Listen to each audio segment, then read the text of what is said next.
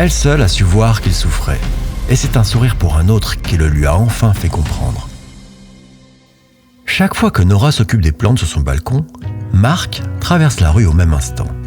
Il semble pressé, préoccupé, portant avec lui une lourdeur que personne ne remarque vraiment.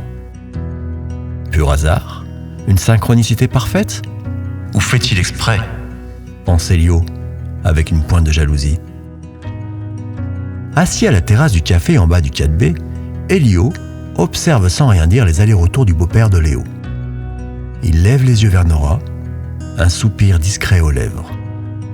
Lui qui d'habitude contrôle et maîtrise chacune de ses émotions se retrouve étonnamment désarmé devant l'inaccessibilité de cette femme qu'il n'arrive pas à rencontrer. Mais ce jour-là, Marc s'arrête net devant chez Nora. Il hésite.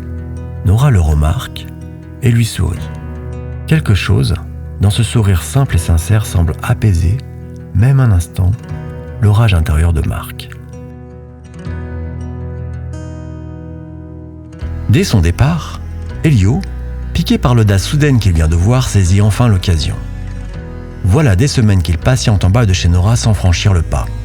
Mais aujourd'hui, porté par cet étrange sentiment de rivalité et peut-être aussi par l'inspiration nouvelle de ce sourire libérateur, il monte résolument frappé à la porte du 4B. Quand Nora lui ouvre, Elio improvise maladroitement une excuse. « Dis-moi, Nora, pourquoi Marc s'est arrêté devant toi tout à l'heure ? Il avait l'air différent. » Ce qu'il voudrait réellement demander, c'est pourquoi elle a remarqué Marc et qu'elle ne l'avait pas vu lui, qui passait tant de temps sous sa fenêtre. Il lutte avec son orgueil, ce loup noir qu'il connaît trop bien. Nora sourit. Elle devine ce qu'il tente de cacher, mais elle ne va pas lui simplifier la tâche.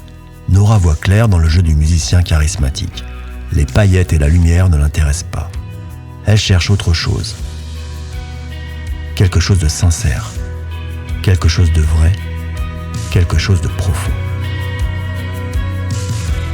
Tu sais, Elio, tu passes tellement de temps à chercher en toi ce qui pourrait manquer que tu ne vois pas tout ce qui est déjà là. Peut-être que ton talent t'apparaît génial, parce qu'il te ressemble trop.